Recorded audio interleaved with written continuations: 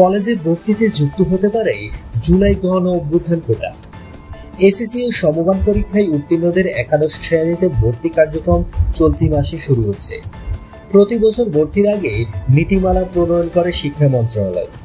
সেই নীতিমালা অনুযায়ী ভর্তি আবেদন, শিক্ষার্থী বাছাই, চূড়ান্ত ভর্তি, ক্লাস শুরুর তারিখ নির্ধারণ করে সব কার্যক্রম সম্পন্ন করা হয়। চলতি 2025-26 শিক্ষাবর্ষে একাদশ শ্রেণীতে ভর্তির একটি খসড়া নীতিমালা এর মধ্যেই তৈরি করা হয়েছে। এই নীতিমালায় বেশ কিছু পরিবর্তন আসছে, তবে সবচেয়ে বড় পরিবর্তন আনা হতে পারে কোটা বন্টনের ক্ষেত্রে। এতে নতুন করে যুক্ত হতে পারে জুলাই গণ অভ্যুত্থান কোটা, যেখানে গণ অভ্যুত্থানে আহত বা তার পরিবারের সদস্যরা বিশেষ সুবিধা পেতে পারেন। একই সঙ্গে নীতিমালা থেকে বাদ পড়তে পারে মুক্তিযোদ্ধা কোটা।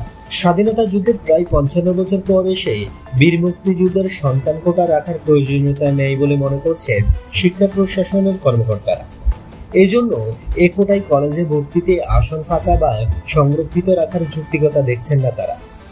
2024 সালে প্রণীত সর্বশেষ নীতিমালা অনুযায়ী একাদশ শ্রেণীতে বর্তমানে মেধা কোটায় 93% শিক্ষার্থীকে ভর্তি করানো হয়, অর্থাৎ সবার জন্য 93% আসন উন্মুক্ত। বাকি 7% বিভিন্ন কোটায় ভর্তি করানো হয়, যার মধ্যে 5% কোটা সংরক্ষিত থাকে বীর মুক্তিযোদ্ধার সন্তানদের জন্য। বাকি 2% শিক্ষা মন্ত্রণালয় এবং এর অধীনে 28টি দপ্তরের কর্মকর্তা কর্মচারীদের সন্তানদের জন্য রাখা হয়। বন্ধুরা, নিত্য নতুন এক্সক্লুসিভ খবরাখবর সবার আগে পেতে আমাদের ইউটিউব চ্যানেলটি সাবস্ক্রাইব করে পাশে থাকা বেল আইকনটি অন করে দেওয়ার অনুরোধ করি।